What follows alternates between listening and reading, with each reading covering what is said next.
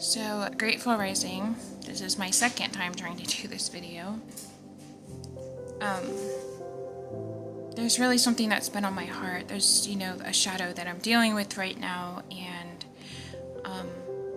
I wasn't gonna speak about this, but I've been encouraged to, and literally I woke up this morning and it was so heavy on my heart.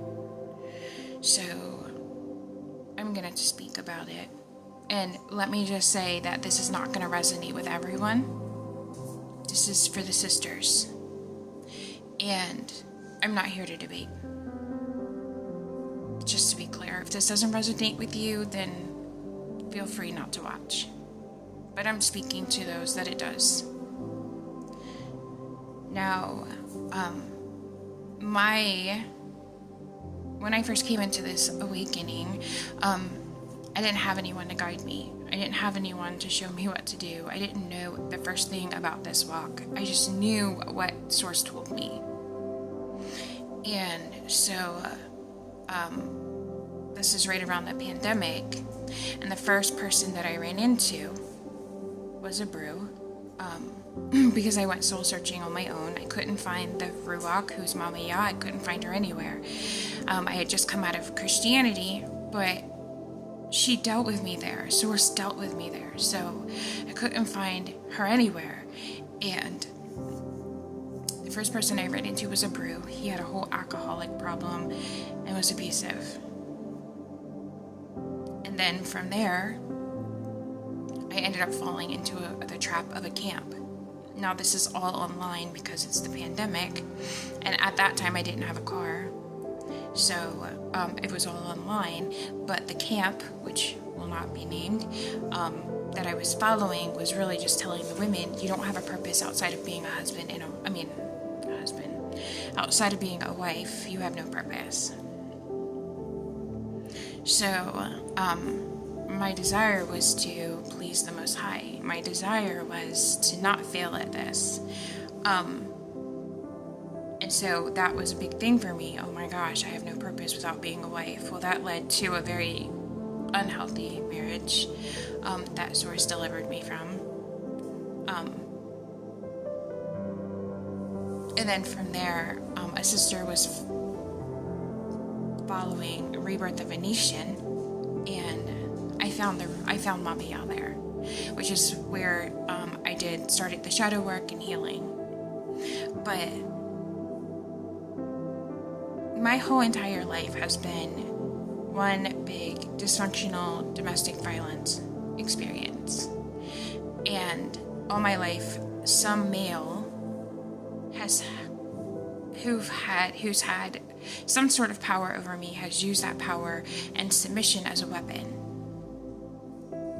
And so the shadow is me being able to fully submit to Source because of the trauma of having submission used as a weapon. And Source was telling me that, the way that we're taught as women what submission is when we come into this walk is not divine. It's not Yahuwah. Yahuwah's loving and gentle. He's never rough with me. He doesn't talk to me crazy. And we come into this walk, sisters, a lot of us, with trauma. We need to be healed. And a lot of us have or had daddy issues, and so we're looking for a male figure. And we come into the walk looking to these men who seem to have it all. But majority of these men, 75% of these men in this walk are not healed either. They're not healed. And they're trying to teach the sisters on what submission is from an unhealed mindset. And it's not submission. You're getting your information from religion and Christianity. All of that is mixed into this walk. We thought when we came into this walk that us knowing who we are is the awakening, but it wasn't. It was Source giving us back what was taken from us. But we have these men who are not healed telling sisters who are not healed what submission is. A whole bunch of narcissists in leadership. I literally had a man who tried to court me had anger issues and told me that he was violent. But then I saw him teaching other brothers.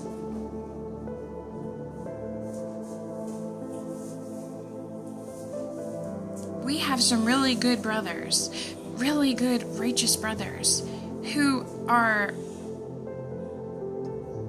getting the short end of the stick because they are getting women who are not healed, who have been in a relationship, whether romance or whatnot, with men who are narcissists and are not healed, telling them what submission is.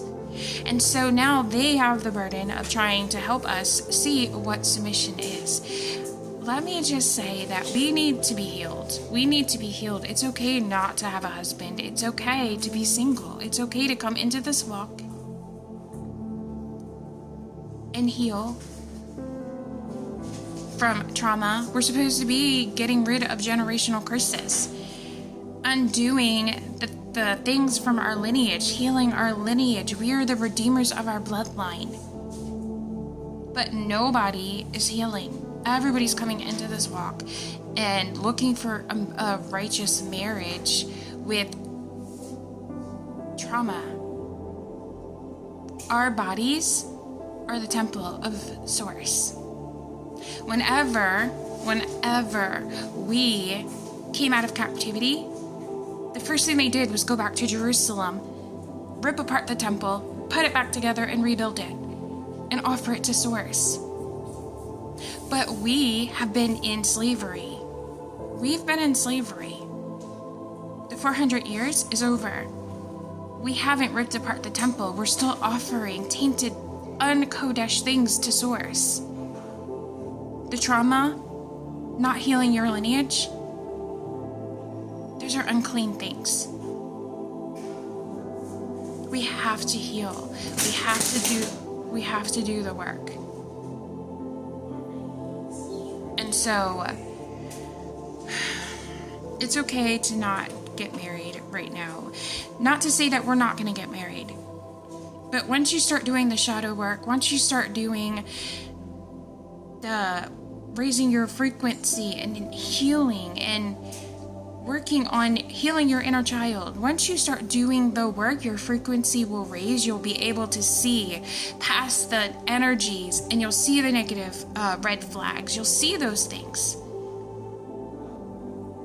The longer you spend by yourself, the more it disgusts you thinking of being with someone who doesn't resonate with your frequency. And it's not for us to go look for a husband. Once we raise our frequency, our husbands will gravitate to us. But Yahusha is looking for righteous marriages. And everybody's just trauma bonding. Nobody's healing. It's okay to not be married right now. When you come into this walk, focus on yourself. Stay away from the camps. I cannot stress that enough. Stay away from the camps. This is not up for debate. I don't care who does not resonate with this. Stay away from the camps. Listen to Source. You can go in and he will speak to you. You're his daughter. He loves you. But there's way too much abuse and trauma bonding happening in our nation. It's okay to not be married right now. It's okay. You're precious. But what we need to unnormalize is looking for marriages and continuing the cycle. Continuing the cycle. We are generational curse breakers. We're generational curse breakers. We are the redeemers of our lineage. So, please know that I love you. Source loves you. And I hope you have a good day.